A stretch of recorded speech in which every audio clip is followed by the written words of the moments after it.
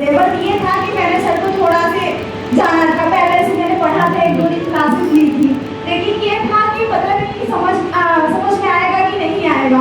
जब से टॉपिक पे लिखते रहते थे और हम लोग को लगता था कि पता नहीं एग्जाम में आएगा कि नहीं आएगा। सबसे फर्स्ट ऑफ ऑल यही हम लोग का रहता है, पता नहीं पढ़ रहा है आएगा कि नहीं आएगा एग्जाम में। तो जब धीरे धीरे मैंने पढ़ के जब मैं जाती घर पे उसको रिवीजन करती, तो मैं जिस दिन आई उसके 2 दिन के बाद टेस्ट था। मैं सोची टेस्ट दूंगी, पता नहीं मेरा नंबर आएगा कि नहीं आएगा, लेकिन पर भी मैंने टेस्ट दिया। तो मैं सारे स्टूडेंट को ये कहती हूँ, जिस दिन आप आइए टेस्ट करें तो पक्का टेस्ट दीजिए, टेस्ट से भागिए मत। हमारे लोग की सबसे बड़ी वीकनेस होती है कि टेस्ट है तो हम भाग लेंगे, पढ़े ही नहीं तो टेस्ट क्या देंगे। तो सबसे फर्स्ट बात होता है कि हम टेस्ट दें।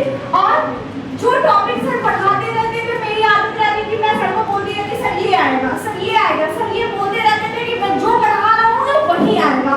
सच है कि सर ने जो पढ़ाया आया वही आया।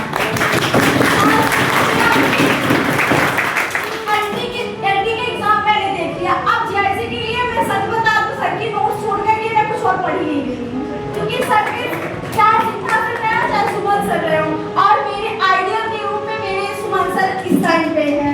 बस यही मैं सारे स्टूडेंटों को, जो हमारे नए स्टूडेंट हैं, हमारे जो पुराने स्टूडेंट हैं, मैं उनसे यही कहती हूँ, सिर्फ सारी बुक्स, आप बहुत सारी बुक्स पढ़ चुके हैं, बहुत सारी बुक्स पढ़ने की आवश्यकता नहीं है। सिर्फ उसी नोट्स को कम से कम ऐसे कहते नहीं है उसको घोल कर पी जाओ, वही कई बार उसको पढ़ डालिए, उसी पॉइंट्स